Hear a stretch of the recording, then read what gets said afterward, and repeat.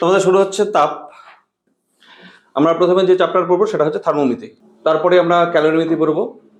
এছাড়া বিভিন্ন চ্যাপ্টার আছে, আমরা তাপীয় প্রসারণ পড়ব, তারপরে কাইনেটিক থিওরি অফ গ্যাস, তার মানে হচ্ছে গ্যাসের গতীয় তত্ত্ব, তারপরে পড়বো আমরা অবস্থার পরিবর্তন, তারপরে পড়বো আমরা থার্মোডাইনামিক্স বা তাপগতিবিদ্যা। যাই হোক, আমরা একদম বেসিক চ্যাপ্টার, ছোট্ট চ্যাপ্টার থার্মোমিতি পড়বো, স্টার্ট করব। থার্মোমিতি। সবার আগে থার্মোমিতি কাকে বলে? থার্মোমিতি হচ্ছে তাপমাত্রা পরিমাপ করার যে বিজ্ঞান, সেটাকে বলি আমরা থার্মোমিতি। তাপমাত্রা পরিমাপ করার বিজ্ঞানকে আমরা থার্মোমিতি বলি। তাপমাত্রা পরিমাপ করার বিজ্ঞানকে থার্মোমিতি বলে। তাহলে তাপমাত্রা পরিমাপ করার যে বিজ্ঞান বা উষ্ণতা পরিমাপ করার বিজ্ঞান, তাকে আমরা থার্মোমিতি বলি।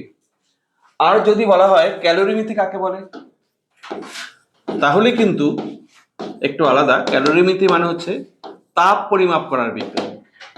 তাপমাত্রা পরিমাপ করার বিজ্ঞান হচ্ছে থার্মোমিতি, আর ক্যালোরিমিতি হচ্ছে তাপ পরিমাপ করার বিজ্ঞান। তাপ কাকে বলে? দেখো, তাপের সংজ্ঞাটা আমি এইভাবে দিচ্ছি। শুধুমাত্র তাপমাত্রার পার্থক্যের জন্য যে শক্তি স্থানান্তরিত হয় তাকে তাপ বলে। শুধুমাত্র তাপমাত্রার পার্থক্যের জন্য যে শক্তি স্থানান্তর হয় বা স্থানান্তরিত হয় তাকে তাপ বলে। আর এই তাপই যখন বস্তুর মধ্যে অবস্থান করে, তখন কিন্তু আমরা অ্যাকচুয়ালি তাপ বলি না, তখন বলি বস্তুর অভ্যন্তরীণ শক্তি।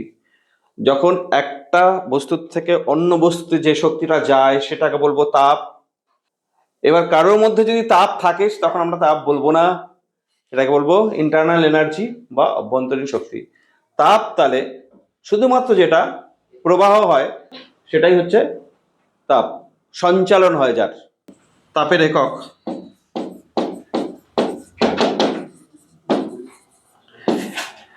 এসআই পদ্ধতিতে তাপের একক আমরা লিখবো জুল। সিজিএস পদ্ধতিতে তাপের একক লিখবো কিন্তু আর্ক। তাপ হচ্ছে এক প্রকার শক্তি, শক্তির এককই তাপের একক। ব্যবহারিক একক হচ্ছে ক্যালোরি। তাপের 1 জুল সমান সমান 10⁷ আর্ক, আর 1 ক্যালোরি সমান সমান 4.2 জুল।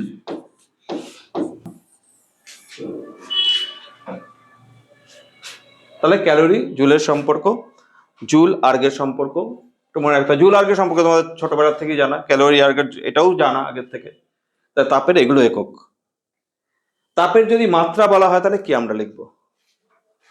তাপ হচ্ছে শক্তি, শক্তির যা মাত্রা হয় তাই। শক্তির মাত্রা, কার্যের মাত্রা, তাপের মাত্রা সব সেম। তাপের মাত্রা। তাপকে আমরা কিউ দিয়ে লিখছি। তাপ হচ্ছে শক্তি বা কার্য, কার্যের মাত্রা আর তাপের মাত্রা সেমই আমরা লিখবো, বা এনার্জি, সবার মাত্রা একই হবে। বল ইন্টু সরণ কার্য, মানে mL²T⁻²।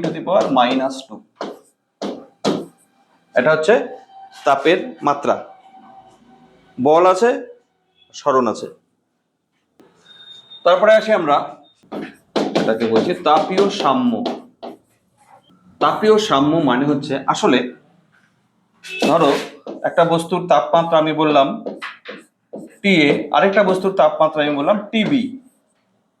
এ আর বি বস্তু, যদি এদের তাপমাত্রা সমান হয় তাহলে কেউ কাউকে তাপ দেবে না। দুটোকেই যদি আমি হাত দিয়ে স্পর্শ করি, তাপীয় অনুভূতি আমাদের সেমই হবে, কোনোটা বেশি গরম বা কোনোটা কম গরম লাগবে না। তখন আমরা এই বস্তু দুটোকে তাহলে বলবো তাপীয় সাম্যে আছে। তাহলে তাপীয় সাম্যের সংজ্ঞা আমরা কিভাবে দিব? তাপীয় সাম্যের সংজ্ঞা আমরা এভাবে দেই, যদি দুটি বস্তুর তাপীয় অনুভূতি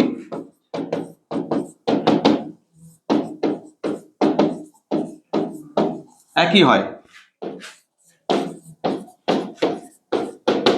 তাহলে ওই বস্তুদ্বয় তাপীয় সাম্যে আছে বলা হয়। তাহলে আরেকটা ইম্পর্টেন্ট কথা হলো তাপীয় সাম্যাবস্থায় এ ও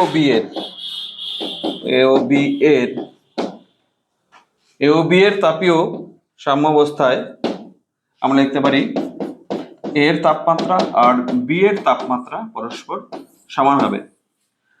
তাপীয় সাম্যের তাহলে সহজ কথা, দুটি বস্তুর তাপমাত্রা সমান, তাহলে বস্তু দুটো তাপীয় সাম্যে থাকবে। অর্থাৎ তাপীয় সাম্যাবস্থায় ওদের নিজেদের মধ্যে কোনো তাপের আদান প্রদান ঘটবে না, তাহলেই আমরা তাপীয় সাম্য বলবো। এবার তাপীয় সাম্য বলার পরে আমাদের আরেকটা কথা চলে আসে, সেটা হচ্ছে তাপ গতিবিদ্যার শূন্যতম সূত্র। তাপ গতিবিদ্যার শূন্যতম সূত্রটা কি? দেখো, ধরো আমি এ একটা বস্তু নিলাম, বি আরেকটা বস্তু নিলাম, সি আরেকটা বস্তু নিলাম। এটা এ বস্তু, এটা বি বস্তু, এটা সি বস্তু। শূন্যতম সূত্র আমাদের বললো এ বস্তু আর বি বস্তু, এই দুটি বস্তু না হয় সংস্থাও হতে পারে, অনেক বস্তু কণার সমষ্টি, সেটাকে আমরা বলি সংস্থা।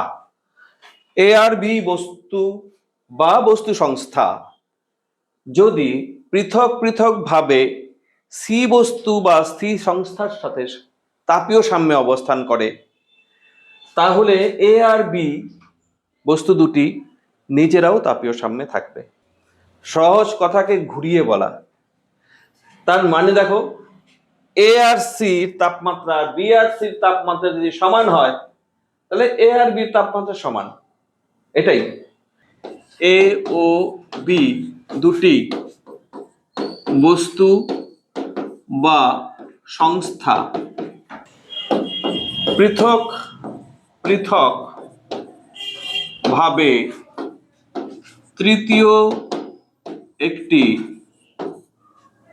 বস্তু বা সংস্থা সি এর সাথে তাপীয় সাম্যে অবস্থান করলে বা থাকলে লিখতে পারো, ওই বস্তু দুটি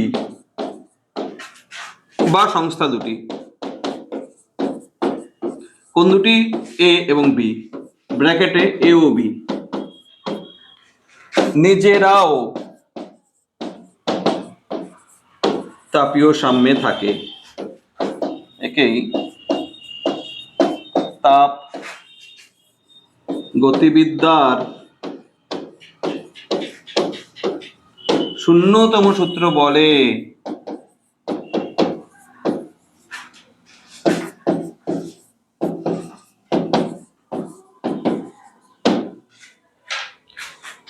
তাহলে বুঝতে পারলে তাপগতিবিদ্যার শূন্যতম সূত্র।